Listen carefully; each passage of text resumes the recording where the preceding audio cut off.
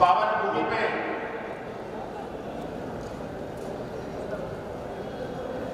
बाबूजी की प्रतिमा के अनावरण के शुभ अवसर पे आयोजित इस विशाल कार्यक्रम में आज के हमारे मुख्य अतिथि के रूप में यहां पर उपस्थित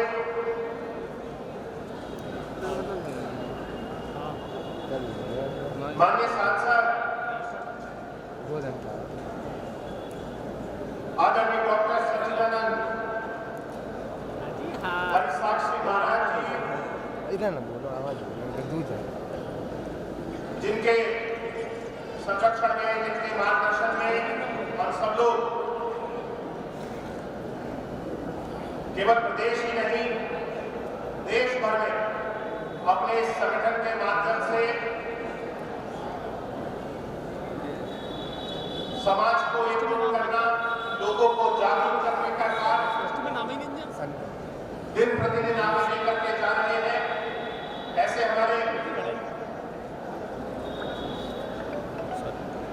अखिल भारतीय ज्योति राजपूत कल्याण महासभा के संरक्षक आदरणीय श्री राजवीर सिंह जी राजपुरिया,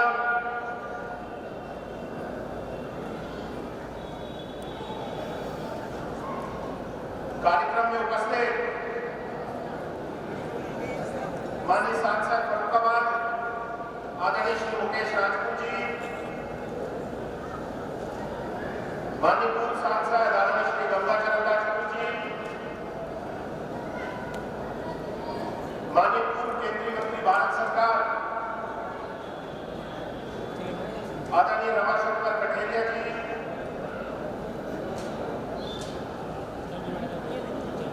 हमारी अखिल भारतीय ज्योति राजपूत कल्याण महासभा के प्रदेश के अध्यक्ष श्री साहब सिंह राजपूत जी, मंच पर उपस्थित माननीय विधायक नरवा कैलाश राजपूत जी, माननीय विधायक श्री देवेंद्र सिंह मोदी जी, माननीय विधायक आदरणीय स्वामी प्रवक्तानंद महाराज जी, माननीय विधायक जवाहर सिंह राजपूत जी, माननीय विधायक अशोक वर्मा जी, माननीय विधायक छोटेलाल वर्मा जी, माननीय विधायक सीपी सिंह लोधी जी, माननीय विधायक देवेंद्र सिंह राजपूत जी, माननीय विधायक वीरेंद्र सिंह लोधी जी, माननीय पूर्व मंत्री उत्तर प्रदेश सरकार आदरणीय श्री लाखन सिंह राजपूत जी, माननीय पूर्व विधायक श्री कृष्ण पाल राजपूत जी, श्री ओम प्रकाश वर्मा जी, माननीय संजीव राजपूत जी, माननीय पूर्व सांसद श्री अनुराग सिंह ठाकुर जी, हमारी जिले की प्रभारी सभापति श्रीमती भाई बोल लिया, कमलावती सिंह जी, हैप्पी भाई बोल रहे, हैप्पी भाई। माननीय अरुण कुमार गुप्ता जी, अभी थोड़ी देर में बात करना, मीटिंग में। माननीय सरिता भदौरिया जी, एक घंटे बाद, सही है। एवं मंच पर उपस्थित सभी सम्मानित जन, सम्मानित महानुभाव और मेरे सामने आज इस बड़ी संख्या में आए हुए अपनी नाराज चल लो शक्ति का प्रदर्शन करने के लिए और समाज की एकता का संदेश पूरे विश्व में और देश में देने के लिए, पूरे प्रदेश में देने के लिए इटावा के सभी सम्मानित मेरे बड़े बुजुर्ग नौजवान साथियों और मेरे भाइयों बहनों, आप सभी का मैं अपने हृदय से स्वागत करता हूँ, वंदन करता हूँ और अभिनंदन करता हूँ। आज हम सब लोग एक ऐसे महान व्यक्तित्व के लिए उनको श्रद्धा अर्पित करने के लिए यहाँ पर एकत्रित हुए हैं, जिनका जीवन उत्तर प्रदेश की राजनीति में सामाजिक चेतना, राष्ट्रवाद और समाज को, सर्व समाज को एकजुट करने के लिए जाना जाता है। ऐसे हमारे बाबूजी आदरणीय श्री श्रद्धेय कल्याण सिंह जी, जो केवल एक अगर राजनेता कहा जाए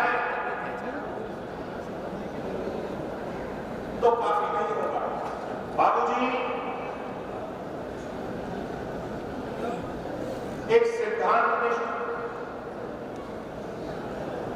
राजनीतिक व्यक्ति और एक ईमानदार प्रशासक के रूप में जाने जाते हैं। बाबूजी ने लोक कल्याण के लिए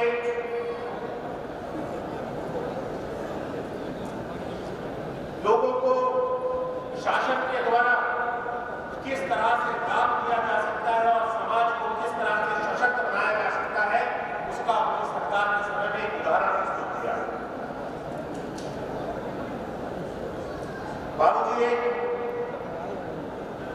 साधारण कृषक परिवार में ही उन्होंने जन्म लिया। उन्होंने आम जन में एक व्यक्ति के जीवन में जो जो कठिनाइयां आ सकती हैं, हर एक कठिनाई का सामना करते हुए अपने इस राजनीतिक जीवन की शुरुआत की। और इसीलिए बाबूजी का अनुभव, संगठन को जोड़ के रखने की उनकी क्षमता, अपने कार्यों के प्रति उनकी निष्ठा और अनुशासन, ये दिखलाता है कि एक व्यक्ति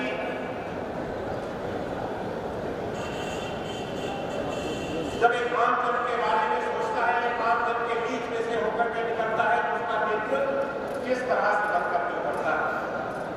और उन्होंने कभी भी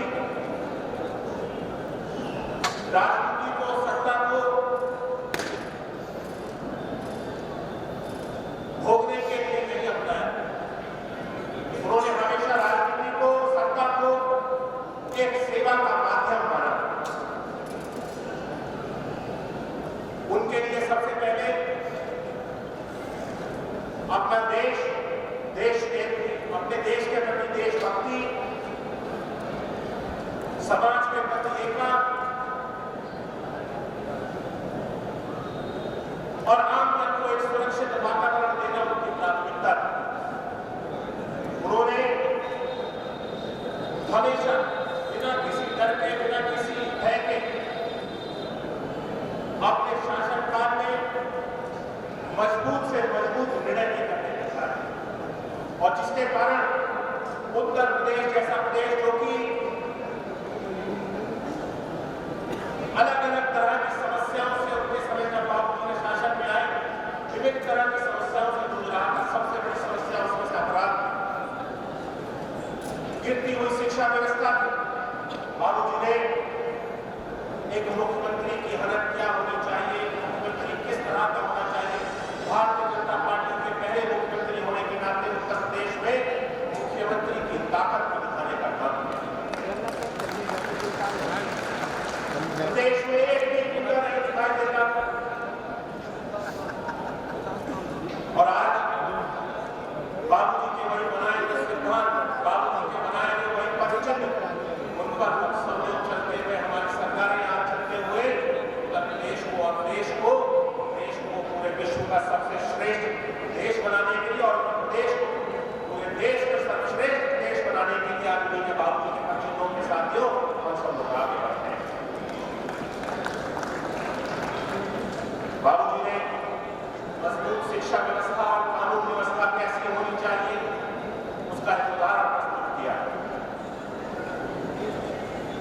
शिक्षा व्यवस्था के लिए बाबूजी ने एक प्रदेश कभी समृद्धि की तो और आगे बढ़ सकता है, सशक्त बन सकता है, मजबूत हो सकता है जब उस प्रदेश की शिक्षा व्यवस्था मजबूत हो,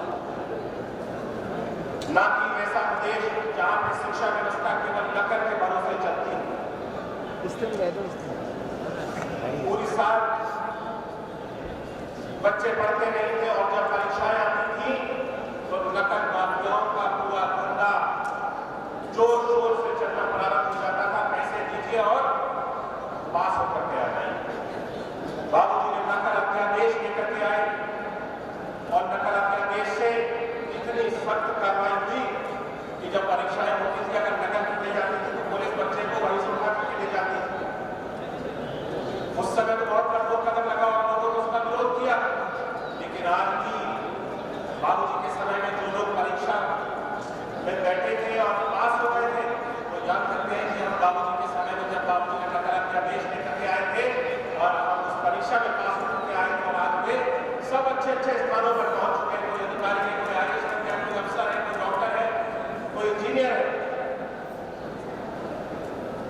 आता है कि शिक्षा व्यवस्था कितनी मजबूत होनी चाहिए, पारदर्शी होनी चाहिए। आज उन्हीं के पश्चिमों से बढ़ते हुए उत्तर प्रदेश की शिक्षा व्यवस्था आज सशक्त हुई है, मजबूत हुई है, पारदर्शी हुई है, नकल विहीन परीक्षाएं हुई और इसका तब दे रहे थे जो हम सब लोगों को देखने के लिए मिला फलस्वरूप क्या हुआ? क्या उत्तर प्रदेश का युवा पूरे देश में, पूरे विश्व में हर एक जगह पहुंच चुका है अपने हुनर के बल पे, अपनी शिक्षा के बल पे। और उत्तर प्रदेश देश का सबसे तेजी से आगे बढ़ने वाला देश बनकर के उभरा है। ये शिक्षा की ताकत है। बाबूजी सिद्धांतों के साथ साथ एक राष्ट्रवाद देकर और हिंदुत्व को भी हमेशा आगे लेकर के चलने वाले करते हैं। जब समय आया कि बाबूजी को चुनने का एक मौका मिला कि मुझे अपने देश की सेवा करनी है, अपने समाज की सेवा करनी है, हिंदुत्व की सेवा करनी है, अपने राष्ट्र की सेवा करनी है या अपने मुख्यमंत्री की कुर्सी बचानी है, बाबूजी ने निर्णय लिया एक प्रखर राष्ट्रवाद कि मुझे ऐसे मुख्यमंत्री की एक नहीं सैकड़ों कुर्सियां बर्बाद करनी पड़े तो मैं मौका लेके अपने देश के लिए, अपने समाज के लिए, हिंदुत्व के लिए मैं कभी झुकूंगा। बाबूजी ने जो समय संकल्प लिया, उनके निर्णय के कारण उन्होंने संकल्प लेते हुए अपनी सत्ता का त्याग कर दिया। आज उनका संकल्प साकार हो चुका है। एक भव्य राम मंदिर आज बन करके खड़ा हुआ है। वो राम मंदिर, वो प्रभु श्री राम जिनके साथ केवल उत्तर प्रदेश के लोग ही नहीं बल्कि पूरे विश्व में ऐसे लोग हैं जो प्रभु श्री राम के प्रति आस्था रखते हैं, श्रद्धा रखते हैं, उनको अपना आराध्य के रूप में पूछते हैं। उनके लिए बाबूजी ने इस फैसले को लिया और आज भव्य मंदिर योगी जी के नेतृत्व में, मोदी जी के नेतृत्व में आज बन करके अयोध्या में खड़ा हुआ। हिंदुत्व का नाम पूरे विश्व में ऊंचा करने का काम बाबूजी ने।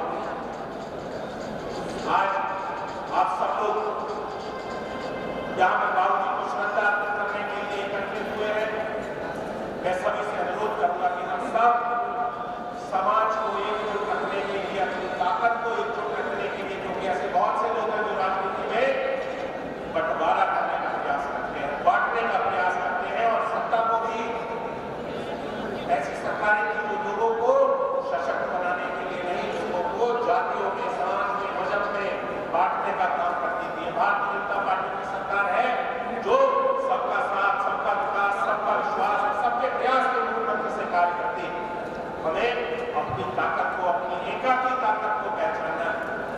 ये विरोधी हर वो प्रयास करेंगे जिससे हमारा समाज बिखरे, सब समाज बिखरे, लोगों में जातियों के नाम पे बंटवारा हो, समाज के नाम पे, मजहब के नाम पे बंटवारा हो। लेकिन हमें इनके प्रयासों को पूरी तरह से विफल कर देना चाहिए। हमें एकजुट रहते हुए बाबूजी के सिद्धांतों से चलने का काम करना है। जब हम एक हैं तभी हम आगे